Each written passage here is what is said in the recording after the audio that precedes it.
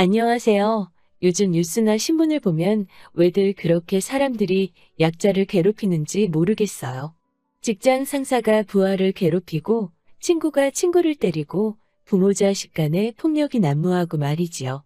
사실 얼마 전까지 저는 이런 이야기를 들으면 남의 얘기라고만 생각하고 왜들 그러나 하고 말았거든요.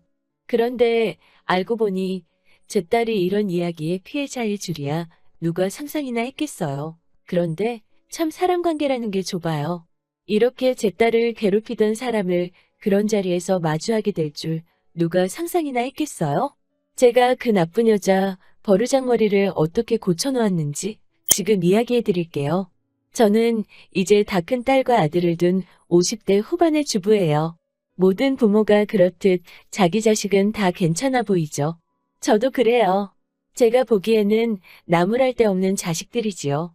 특히나 딸은 우리 남편이 첫째이기도 하고 여자아이기도 해서 아주 조심하며 소중하게 길렀지요. 덕분에 우리 딸은 제 속을 한 번도 썩이지 않고 곱게 자라주었어요. 공부도 곧잘해요. 서울에 있는 모여대 유아교육과에 합격했지요. 딸이 합격 소식을 알렸을 때 얼마나 가슴이 뿌듯하던지요. 사실 남편이 생각보다 이른 나이에 명예퇴직을 하면서 집안 형편이 급격하게 기울었거든요. 그래서 아이들이 고등학교에 들어갔을 때 뜻하지 않게 맞벌이를 하게 된 거지요. 저는 대형마트에서 판매원으로 일하며 아이들 뒷바라지에 힘썼고 남편도 아는 사람 가게에서 회계 일을 담당하며 그렇게 가정을 꾸려나가고 있었어요. 덕분에 아이들에게 남들 다 아는 사교육 한번 마음껏 시켜보지 못했네요. 그런데도 첫째인 딸아이가 턱하니 좋은 학교에 합격을 해오니 제 마음이 어땠을지 상상이 가시겠지요? 그런 딸아이는 졸업 후 바로 대형 유치원의 선생님으로 취직을 했어요. 제 딸이지만 워낙에 똑부러지고 성실한 성격인데다가 아이들을 워낙 좋아해서 학부모들에게도 동료 선생님들에게도 인기가 좋았지요. 아이들이 엉성한 솜씨로 만들어준 카드를 한 장도 버리지 않고 보관할 만큼 아이들에게 애정이 있던 아이예요. 그런데 본인이 워낙 그 일을 좋아하다 보니 더 잘하고 싶은 욕심이 있었나 봐요. 어느 날 갑자기 유학을 가겠다고 하더라고요. 그렇게 본인이 벌어서 모아둔 돈을 가지고 캐나다에 가서 영어 공부도 하고 영어 교사 자격증도 따왔더라고요. 장하더라고요. 저는 이제 정말 우리 딸은 탄탄대로를 걷겠구나 믿어 의심치 않았지요. 딸애는 제 믿음처럼 돌아오자마자 집 근처에 위치한 대형 유치원에서 근무를 시작했지요. 집에서도 가깝고 유명한 곳이라서 정말 잘됐다고 기뻐했지요. 그런데 이곳이 제 딸을 이렇게 망쳐놓을 줄이야. 유치원 원장이라는 여자가 아주 무서운 사람이더라고요. 그 유치원에 출퇴근을 하면서 하루가 다르게 딸아이의 표정이 어두워지더라고요. 몇 번이고 이유를 물어봤지만 그때마다 초점 없는 눈으로 아니야, 아무것도 아니니까 엄마 걱정하지 마 라고만 할 뿐이었죠. 동생인 아들도 누나가 이상하다며 걱정했지만 딸아이는 가족 누구에게도 한동안 무슨 일인지 털어놓지 않더라고요. 마지들이 원래 책임감도 있고 부모 걱정 안 시키려고 하잖아요. 딸애도 그런 마음이었던 것 같아요. 하루는 딸애가 퇴근하자마자 방으로 들어가더니 방문을 걸어 잠그고 나오지를 않더라고요. 답답한 제가 결국 마스터키로 방을 따고 들어가자 딸아이가 방구석에 등을 보이고 앉아서 울고만 있는 거예요. 제가 도대체 무슨 일이냐 묻자 원장이 자기를 어떻게 괴롭히는지 털어놓더라고요. 딸이 한참 아이들을 돌보고 있으면 원장이란 사람이 원장실로 오라고 딸을 호출을 한대요. 그래서 딸이 가서 노크를 하면 몇 번이고 노크를 해도 대답을 안 한다는 거예요. 그래서 살그머니 문을 열면 대답을 안 했는데 왜 문을 여냐면서 생각이 없다고 하더래요. 그래서 다음에는 노크를 했는데 역시나 또 대답이 없어서 가만히 기다렸더니 불렀으면 들어와야지 왜 멍청이 마냥 그러고 서 있냐고 면박을 주더라는 거예요. 그러면서 초등학교 선생님들은 똑똑해서 일을 잘하는데 유치원 선생님들은 애들만 상대하다 보니 지능이 낮아지는 것 같다고 하고 선생님 같은 태주거리가 왜 우리 유치원에 필요한지 말해보라는 등의 비인격적 언행을 일삼더래요. 게다가 원장이란 사람이 애들한테 가서 선생님 가슴을 한 번씩 만져주세요라거나 선생님 치마 안에는 뭐가 있을까? 무슨 색일까라는 소리를 하더라는 거예요. 뭣도 모르는 아이들을 데리고 성희롱을 했다는 거지요. 선생님들이 항의를 하자 여자들끼리 있는데 무슨 성희롱이냐며 예민 떨지 말라고 하더라는 거예요. 게다가 원장이란 사람이 아이들한테도 어찌나 야박한지 아이들 식사 시간이 되면 정말 조각난 감자 개수까지 확인을 해가면서 나눠준다는 거예요.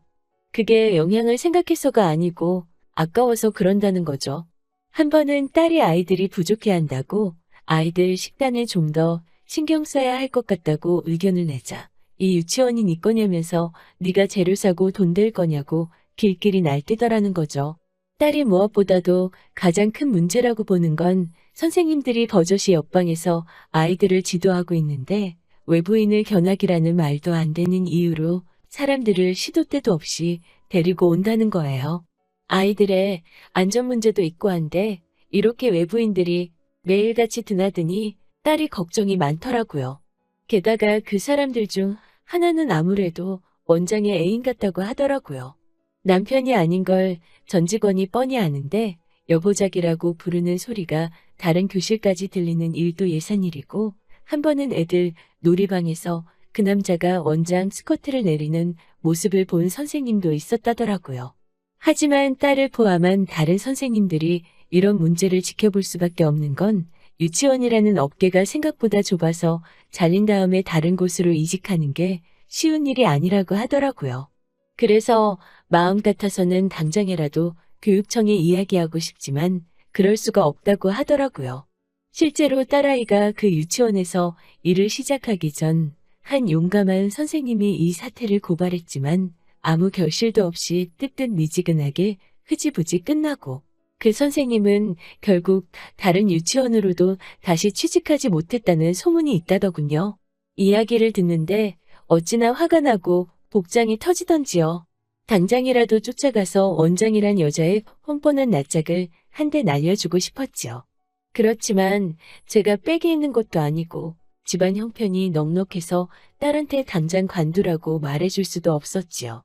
게다가 아들이 결혼을 앞두고 있었기 때문에 더욱이 딸에게 경제적 지원을 해줄 수가 없었거든요.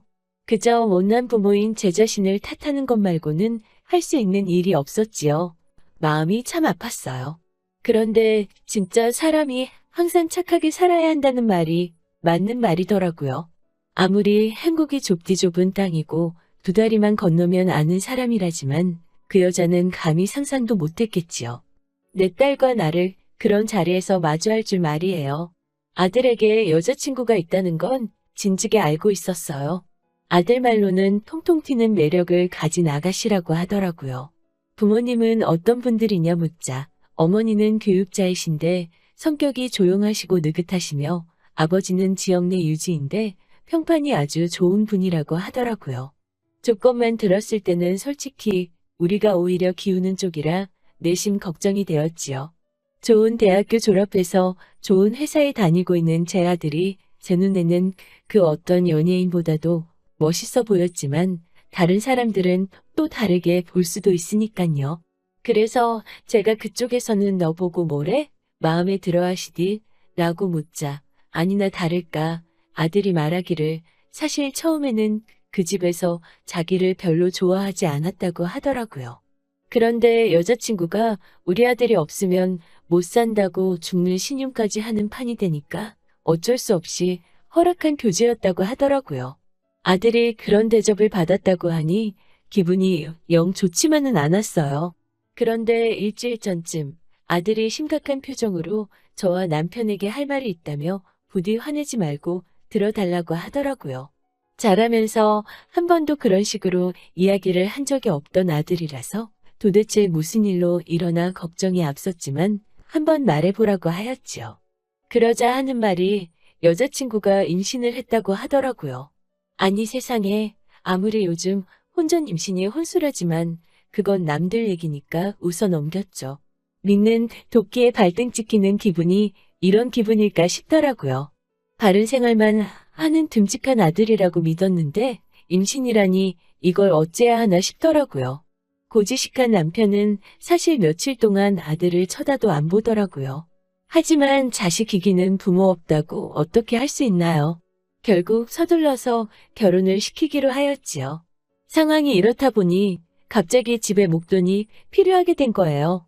그러다 보니 딸애가 그렇게 고생을 하는데도 제가 차마 관두라 소리를 못 해줬지요. 그건 지금도 딸애에게 정말 미안한 마음뿐이에요. 상견례 당일날 장소는 청담동에 있는 한정식 집이었지요. 남편과 저 모두 깔끔하게 차려입고 딸아이도 곱게 단장시켜서 데리고 나갔지요. 딸아이는 나까지 가야 되냐고 물었지만 형제가 많은 것도 아닌데 온 가족이 다 같이 보는 편이 좋을 것 같더라고요. 도착하니 아들의 여자친구랑 부모는 벌써 와 있더라고요. 그런데 저와 남편이 들어가고 뒤따라 들어오던 딸이 갑자기 문 앞에서 얼음처럼 굳어버리더라고요. 저는 왜 그래? 얼른 들어오지 않고라고 하자 딸이 오들오들 떨면서 들어오더라고요. 그래서 제가 무슨 일이냐고 하자 딸이 제 귀에다 대고서 뭐라고 말을 하더라고요. 그 말을 듣고는 저는 정말이지 하마터면 앞에 있는 테이블을 뒤집어 엎을 뻔했네요. 엄마, 우리 유치원 원장 선생님이야. 저는 순간 귀를 의심했어요. 아니, 저렇게 곱게 차려입은 여편네가 그 여자였다니. 제가 그 여자를 매섭게 노려보자 그 여자도 제 눈을 슬그머니 피하더라고요. 저는 더 이상 얘기할 게 없네요. 가보겠습니다. 라고 냉정하게 말하고 딸의 손을 잡고 자리에서 일어났지요. 그러자 영문을 알리 없는 남편과 아들이 토끼마냥 놀란 눈을 하고는 왜 그러냐며 저를 앉히려고 하더라고요. 저는 그들에게 정신 차려요. 당신 딸, 네 누나를 초죽음으로 몰고 가는 그 원장이란 여자가 저 여자야. 나는 이런 상스러운 집안하고는 사돈 못한다고 말했지요. 딸하고 아들은 우애가 정말 좋은 편이거든요. 아들은 여자친구를 한번 쳐다보고는 연락하겠다는 말을 남기고는 우리와 함께 자리를 일어나더라고요. 뒤이어 여자친구의 울음소리가 들려오니 마음이 안 좋기는 하더라고요. 그래도 어쩌겠어요. 집에 돌아온 우리는 서로 아무 말도 못하고 그렇게 몇 시간을 있었지요. 남편과 저도 깊은 한숨만 내쉴 뿐이고 아들은 왜인지 모르게 진누나한테 사과를 하고 있고 딸도 이러지도 못하고 저러지도 못하고 있었지요. 자기 때문에 동생이 결혼을 못할 수도 있다고 생각하니 미안한 마음도 들었을 것이고 하지만 그런 원장과 한 가족이 된다고 생각하니 얼마나 소름이 끼쳤겠어요. 그렇게 딸은 그 이튿날 출근도 못하고 방에만 있더라고요. 도대체 얼마나 질려버렸으면 저러나 싶어서 울화가 치미는데 그 원장이란 여편네가 전화를 해왔더라고요. 제가 전화를 받자 민준이 어머님 되시나요? 라고 조심스럽고 깍듯하게 말을 하더라고요. 저는 본능적으로 그 원장이라는 걸 알아차렸죠. 누구시죠? 라고 차갑게 묻는 제 질문에 아주 조용한 목소리로 한번 만나 뵙고 이야기를 나누고 싶어요. 라고 하기에 저도 그럽시다. 라고 말하곤 약속을 잡았지요. 저희 집 근처 카페로 오라고 했더니 손살같이 왔더라고요. 그도 그럴 것이 벌써 임신 10주가 넘었으니 빼도 박도 못하고 낳아야 할 판인데 결혼을 안 시키겠다고 하니 애가 탔겠지요. 제가 도착하자 대뜸 미안하다며 오해가 있는 것 같다고 개소리를 하더라고요.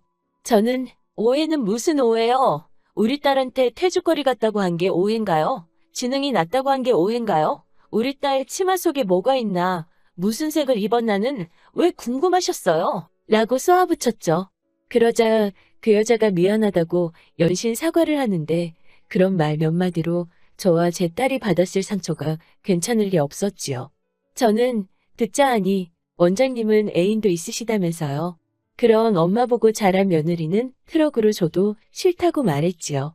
그러자 입술만 잘근잘근 씹으며 말을 못하더라고요.